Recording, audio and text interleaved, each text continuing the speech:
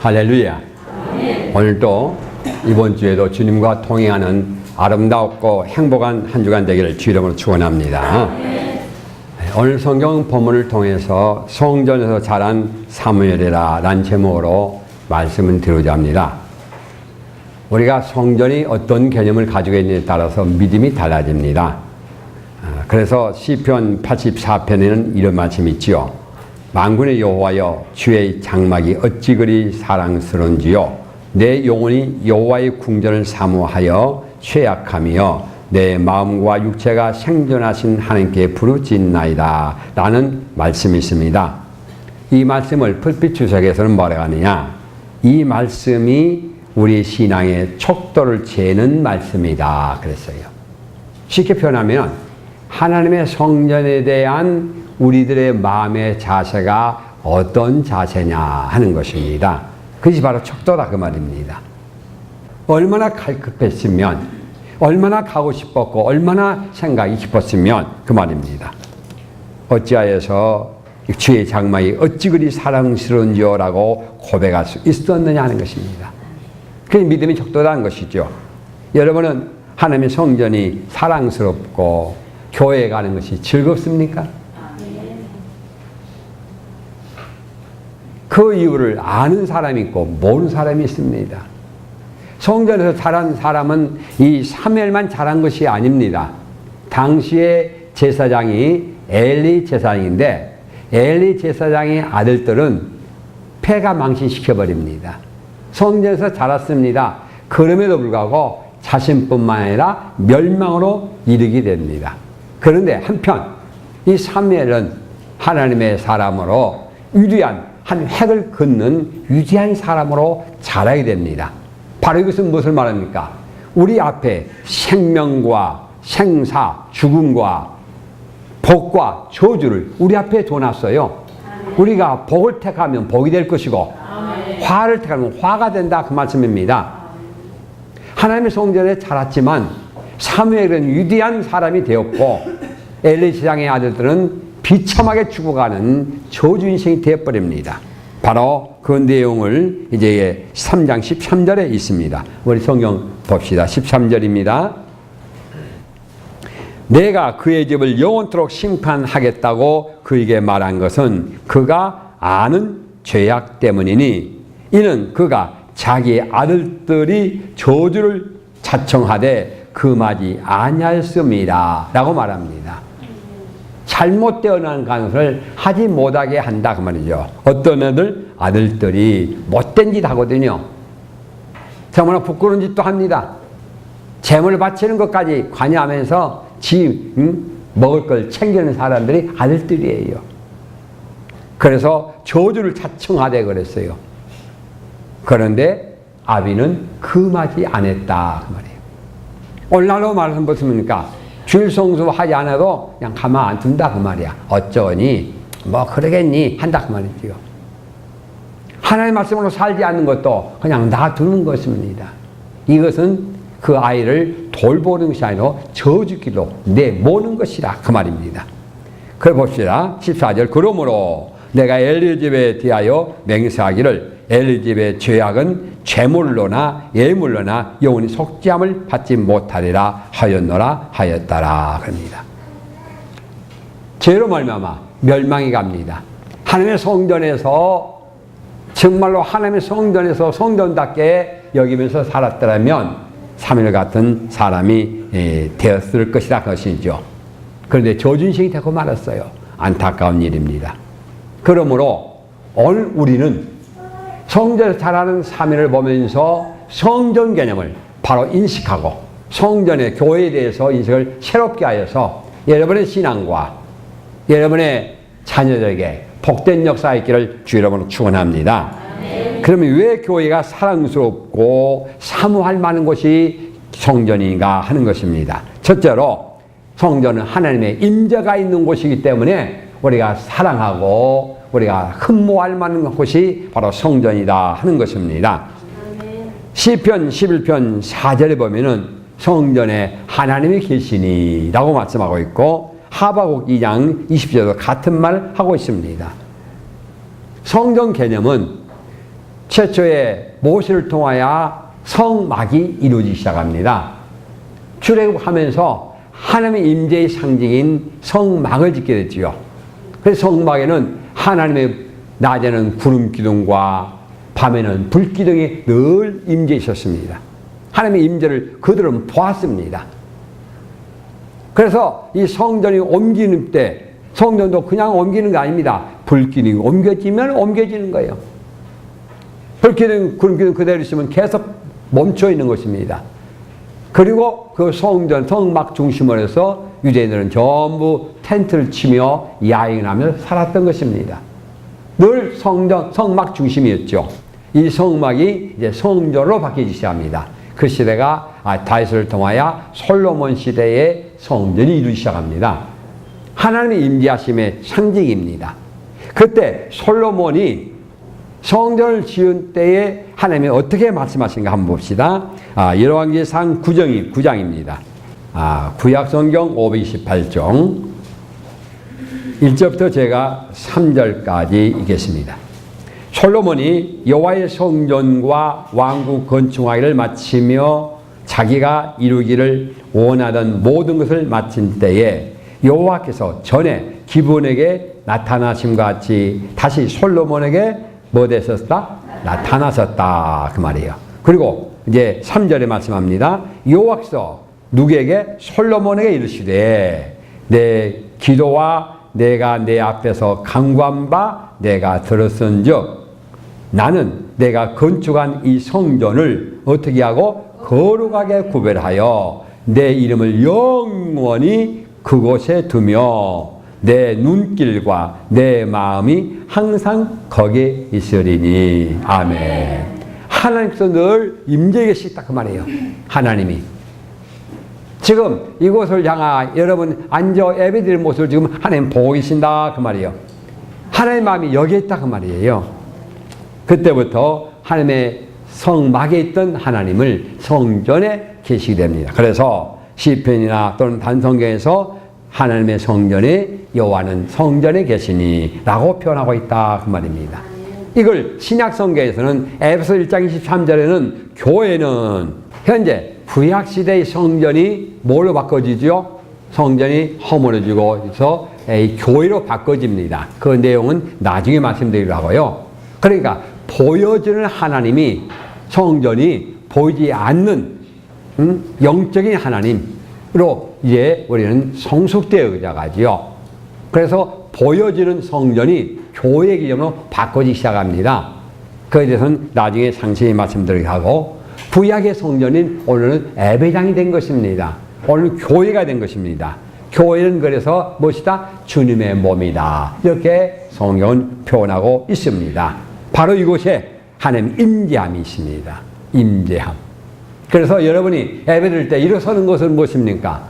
어떤 폼 잡기 위해서 일어서는 것이 아닙니다. 우리 믿음으로 임재를 믿고 하나님의 임재를 생각하면서 우리는 일어서는 거예요. 그래서 성전에서 일어설 때에 예배당에 일어설 때는 움직이지 않는 이유가 있어요. 하나님이 임재하고 있으니까. 또 이 시간도 하나님의 임재함을 믿고 예배를 드리는 줄로 믿으시 바랍니다. 영적으로 임재이십니다. 이 시간에 여러분 예배당에 올 때마다 그래서 하나님의 임재를 체험하기 위해서 예배당에 와야 됩니다. 그리고 예배를 통해서 하나님의 만남이 체험되어야 됩니다. 내가 찬송할 때도 우리끼리 노래 부르는 것이 아니에요. 하나님을 향해서 내가 찬양하는 것입니다. 하나님이 향하는 것을 찬양, 사람이 하는 것을 범성가 이렇게 말하죠. 우리는 그래서 예배 중에 기도도 누구한테 하는 것이죠? 하나님께 하는 것입니다. 기도를 통해서 하나님의 만남이 체험되어지고 찬양을 통해 하나님의 말씀이 체험되어지고 설교를 통해서 하나님의 음성이 들려지는 여러분 되기를 주 이름으로 축원합니다. 그래서 하나님의 임재가 있는 것이기 때문에 성전을 사랑하고 성전에 향한 마음이 크다 그 말입니다. 하나님의 성전에 가야 말씀 듣는 것입니다. 그래서 교회는 늘 집회를 할 때마다 모일 때마다 뭐가 이루어지죠? 찬송합니다. 기도합니다. 또 뭐가 있습니까? 말씀이 선포되어지는 거예요. 그걸 통해서 하나님의 만남이 이루어지기 때문에 그렇다고 하시죠. 그러므로 사랑하는 성도님들이요, 예배당에 올 때마다 하나님을 만나러 와야겠다. 왜? 하나님 임재가 있는 곳이기 때문에 그렇습니다. 하나님 약속된 임재입니다. 하나님이 여기도 계시고 저기도 다 계셔요. 아니 계신 것이 없습니다. 그러나 하나님의 약속된 장소. 그래서 하나님 임재를 생각하면서 여러분 예배당에 오는 여러분 되기 바랍니다. 두 번째입니다. 하나님의 임재 있는 성전에서 하나님의 기도의 응답이 있다 그 말이죠. 그래서 시편 20편 20절 이하의 말씀 보면 성소에서 너를 도와주고 내 모든 소재를 기억하시며 받으시며 이렇게 기록됩니다. 자, 우리 시편 한번 20편을 찾아볼까요? 하나님의 성소에서 너를 도와주고 예물을 받아주시고 소원이 이룰 줄로 믿으시 바랍니다.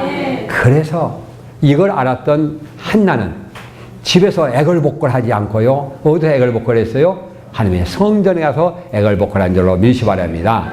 그래서 사무엘이라는 위대한 아들을 낳게 됐지요. 꼭 성전에 가서만 해야 되냐? 라고 하신 분은 계실지 모르겠지만 성전은 약속했다 그 말이에요. 성전은 도와준다 약속하고 있습니다. 그래서 이사야서 56장 7절에 보면은 만민의 기도한 집이다 라고 말씀하고 있습니다.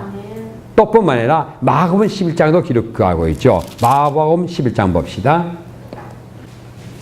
17절 말씀입니다. 다 같이 한번 봉독해 봅시다. 시작.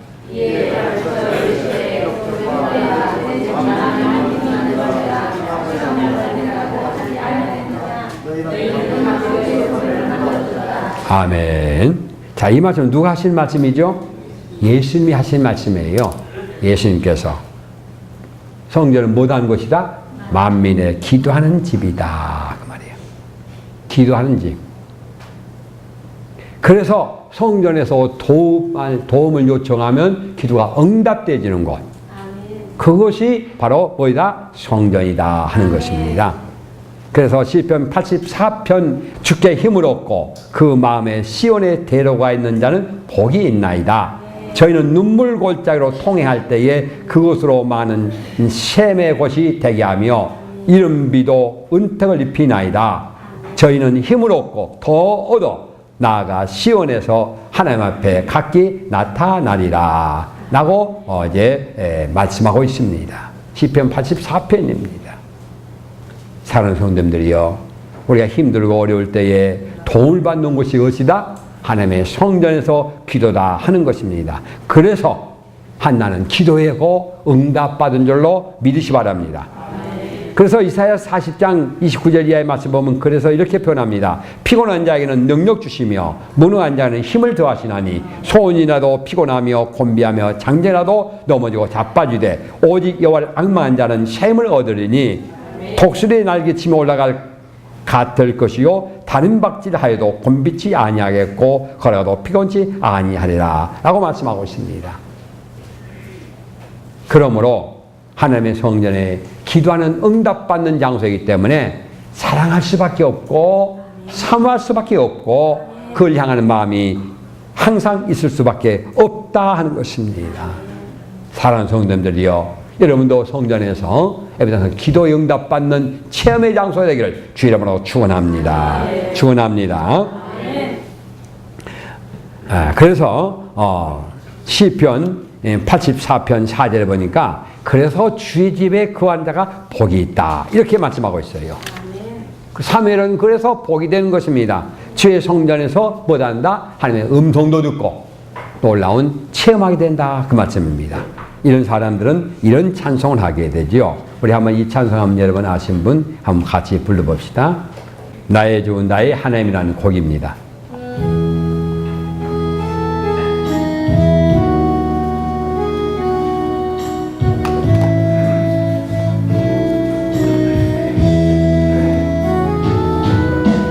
나의 주 나의 하나님이여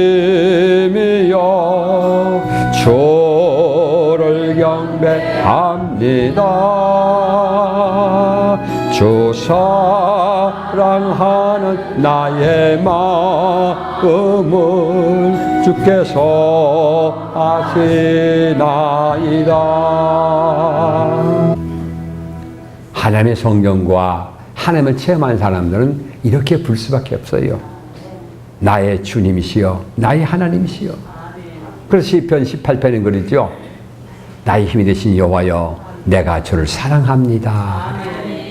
내 사랑하는 마음 주님이 아십니다. 낙심하고 좌절했던 베드로에게 갈릴리 바다에 나타나셔서 예수님이 베드로에게 물어보십니다. 베드로야, 이 많은 사람들보다 나를 사랑하느냐라고 물어봅니다. 주님을 배반했던 경험이 있던 이 베드로가 자신 있게 말 못하면서도 그러나 자신이 주님을 사랑을 알기 때문에 주님이 아십니다. 이렇게 고백합니다. 주님이 아십니다. 바로 그런 고백이 여기 있지요. 하나님의 형상으로 날 빚사 내 영을 새롭게 하옵소서. 정할 수 없는 그 은혜로 주님의 길을 걷게 하옵소서. 나 주님을 경배합니다. 나 주님을 사랑합니다. 이 고백이에요. 여러분 집에 가시면 이 곡을 아신 분들은요, 한번 읊조려 보세요. 한번 조용한 가운데 이 곡은 막 행진곡이 아니기 때문에 조용히 불러보는 곡이에요. 내 주님, 나의 주, 나의 사랑의 주님이여, 나의 하나님이여, 내가 주를 경배합니다. 진정 여러분 이 시간에 경배하십니까? 진정 하나님 앞에 경배하는 모습으로 예배드리냐 하는 것입니다. 하나님이 성전에 계시기 때문에, 기도의 응답이기 때문에, 나의 힘이 되시기 때문에 주는 경배할 수밖에 없는 그러한 일이 벌어질 수밖에 없다 그 말이지요. 그래서 이러한 것도 그냥 되어지는 것은 아닙니다. 훈련되어져야 돼요. 훈련. 그래서 교회는 어떤 곳이다? 기도에 응답받는 것뿐만 아니라 경건의 훈련도 하는 장소가 교회이기 때문에 교회가 중요하고 교회가 사모되어지고 교회가 은혜가 되어진 줄로 믿으시기 바랍니다. 디모데전서 4장 7절 이 말씀 보면 그럽니다. 망령되고 허탄한 신화를 버리고 경건에 이르도록 내 자신을 연단하라. 뭐에 이르도록? 경건에 이르도록 연단하라. 훈련하라 그 말이에요. 연단. 강한 훈련하라 그 말입니다. 그러면서 이어서 8절에는 육체의 연단은 약간 유익이 있으나 경건은 범사에 유익하니 금생과 내세의 약속에 있느니라. 아멘. 경건 훈련은 어떻게 했다? 이 땅에서뿐만 아니라 내세까지도 약속이 있는, 축복이 있는 것이다 그 말이에요. 그래서 경건은 범사에 유익한 줄로 믿으시 바랍니다. 모든 훈련되는 것이 훈련. 봉사훈련, 전도훈련, 말씀훈련. 훈련 받아야 돼요. 오늘 본문에는요, 이 사무엘이 무슨 훈련 받는 거죠? 기도 훈련 받는 것입니다. 말씀 훈련 받는 것입니다. 지금까지는 이 사무엘에게 사무엘아, 사무엘아 하니까 들리기를 누구 소리로 들렸어요? 사람의 소리로 들렸어요. 사람의 소리로. 엘리 제사장의 소리로 들었어요. 왜? 자기를 부르신 사람은 엘리 제사장밖에 없으니까 사람이. 그래, 부르셨습니까? 아니다. 이걸 3번 하고 이제 엘리 제사장이 딱 깨달은 거죠. 아, 하나님 부르신갑다. 그래서 가르쳐 줍니다. 뭐라고요?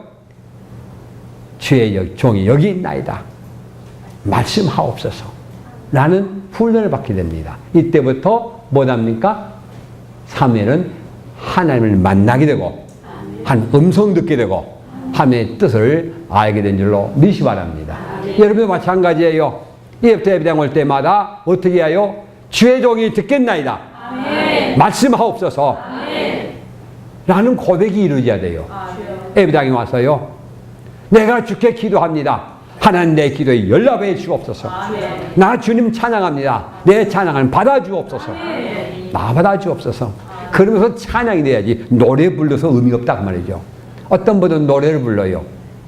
처음에 말씀드렸듯이 같은 성전에 자랐던 비느하스와 옴니 엘리 제사장의 아들들 3일도 같이 컸죠.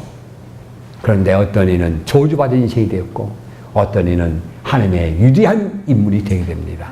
여러분도 사무엘처럼 성전에 왔으니 하나님의 음성 듣는 훈련, 기도하는 훈련, 생명 살리는 전도 훈련, 말씀을 듣는 말씀 훈련, 이 훈련을 해야 한다 그 말씀이지요. 그래야만이 여러분이 이제 하나님을 체험하게 된다 그 말이에요. 이 땅에서 가장 값진 것이 무엇일까요? 가장 값진 게 무엇일까요? 경건을 통해서 하나님 앞에 쓰임받는 것인 줄로 믿으시 바랍니다. 우리를 하나님이 사용하셔서 주의 영광을 돌리기 위해서 우리를 이 땅에 태어나게 하신 줄로 믿으시 바랍니다. 내 삶을 통하여 못 하려고 하나님께 영광 돌리도록 하기 위해서. 그래서 쓰임받는 것이 무엇이다? 우리에게는 복인 줄로 믿으시 바랍니다. 우리 한국 사람 중에서 위대한 사람들이 많습니다. 그런데 조각가, 건축가로서 위대하신 분이 계십니다. 100대 인물, 건축가의 100대 인물 중에 한 분으로 선정된 분입니다. 권길중 박사입니다. 이분이 한참 잘 나갈 때에 식도암이 걸렸어요. 그래 식도암이 먹지를 못하지요. 점점점 쇠약하다가 나중에 호수를 끼고 이제 음식을 넣어야만 되는 비참한 이제 시기가 됩니다. 그런 어느 날 의사 선생님이 하신 말씀이 살 소망이 없으니 장례를 준비하십시오 라고 말을 들었어요. 이제 인생 끝나갑니다. 그러던 어느 날 이분이 간증 테이프를 들었어요. 연명과학기술대학의 총장인 김진경 박사의 간증이었습니다. 거기에 보니까 이런 내용이 있었습니다. 여러분, 하나님이 가장 기뻐하는 삶이 무엇인지 아십니까? 복음을 모르는 사람에게 복음을 전하는 것을 구심점에 두고 인생을 설계하는 것입니다. 쉽게 표현하면 무엇입니까? 전도를 어떻게 할 것인가 하면서 내 인생을 설계하는 거야. 어떻게 복음 전할 것인가를 생각하면서 이 인생을 설계한다는 거예요. 하나님의 영광을 위해 살고 싶다면 연명과학대학을 오십시오. 중국 젊은이들이 기다리고 있습니다. 그들에게 복음을 전할 수 있습니다.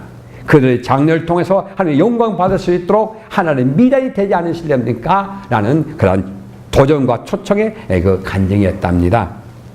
이 말 들으면서 진즉 내가 알았더라면